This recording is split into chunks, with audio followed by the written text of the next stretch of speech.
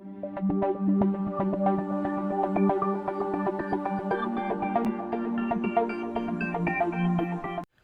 are now ready to talk about run-ons and how to identify them and correct them.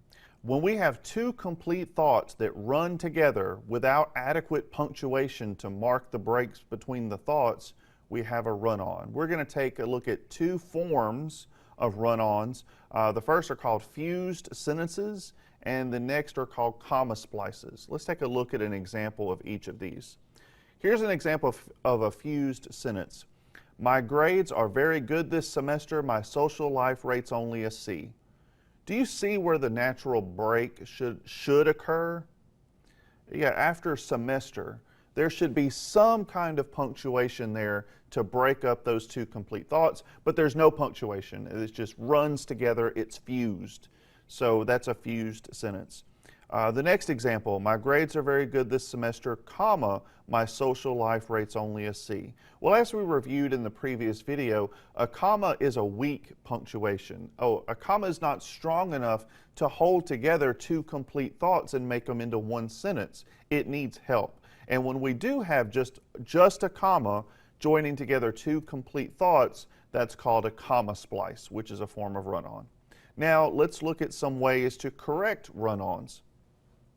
The first method is to add a period and a capital letter to break those up into two complete separate sentences. A period is always correct. You can always put a period between two complete thoughts and make them into two sentences because a period is a very strong punctuation mark.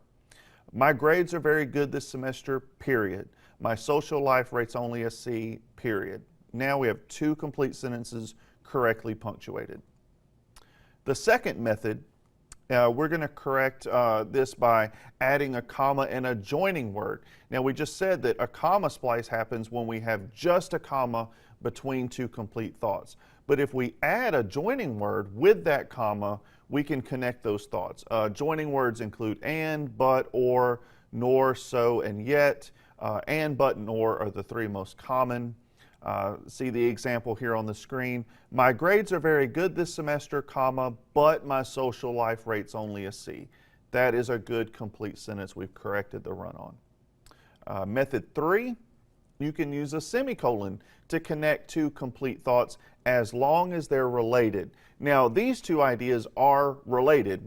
They're part of the same conversation, so the example here is correct. My grades are very good this semester, semicolon, my social life rate's only a C. We have one sentence and two complete ideas hooked together with a semicolon.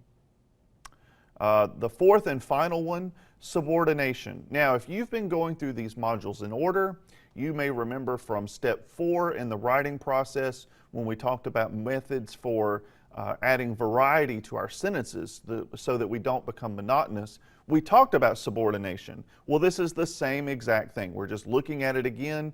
This is where you use a dependent word like those in the list on the next slide. I'm going to flip to that slide in just a second, but that list is also available as a handout in this module and in the module where we talked about subordination earlier. Although my grades are very good this semester, my social life rate's only a C. The word although is a dependent word. And if you'll remember, when we add a dependent word to a complete thought, it is no longer a complete thought. We have now made it a dependent thought. Well, a comma, while it is not strong enough to hook together two complete sentences, it is strong enough to hook a word group to a complete sentence. So now this is correct. Although my grades are very good this semester, comma, my social life rate's only a C. Here's that list I was telling you about of the most common dependent words. You should familiarize yourself with this list and look at that handout in the module. Now, in the next video, we will practice correcting even more run-ons using the 4 methods we just described.